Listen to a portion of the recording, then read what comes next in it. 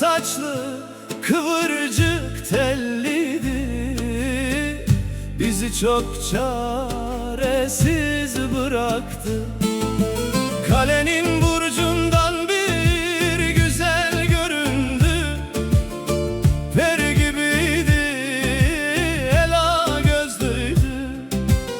Siyah saçlı, kıvırcık telliydi. Bizi çok çaresiz bıraktı. Acaba kimdi o? Yoksa Ağrılı mıydı? Ya da Ahmetli miydi? Belki de Vanlı mıydı? Belki de Serhatlıydı. Hayır vallahi Mardinli miydi? Acaba kimdi o? Yoksa Ağrılı mıydı? Ya da Ahmetli miydi?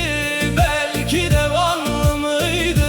Belki de Serhatlıydı. Hayır vallahi Mardinli miydi?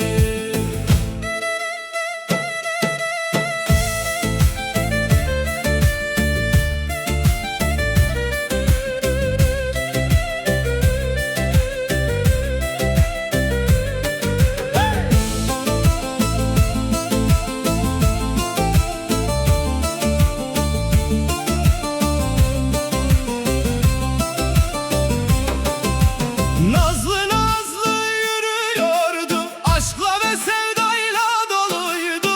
Bir şahin kuşu gibiydi, ne istediğini bilmiyorum. Nazlı nazlı yürüyordu, aşkla ve sevdayla doluydu.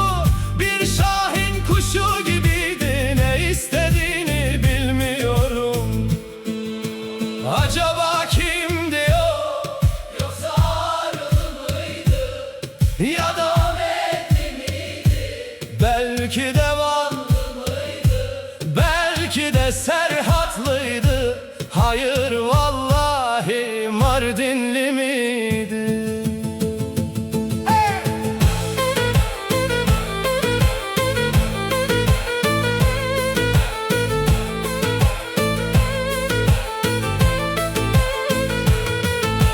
O nazlı güzeli gördüm ben, ceylan gözlü hüzünlüydü. Serhat işi bir başörtüsü takmıştı. Allah kimseyi onsuz bırakmasın. O nazlı güzeli gördüm ben, ceylan gözlü hüzünlüydü. Serhat işi bir başörtüsü takmıştı. Allah kimseyi onsuz bırakmasın. Acaba kimdi o? Yoksa Ağrılı mıydı?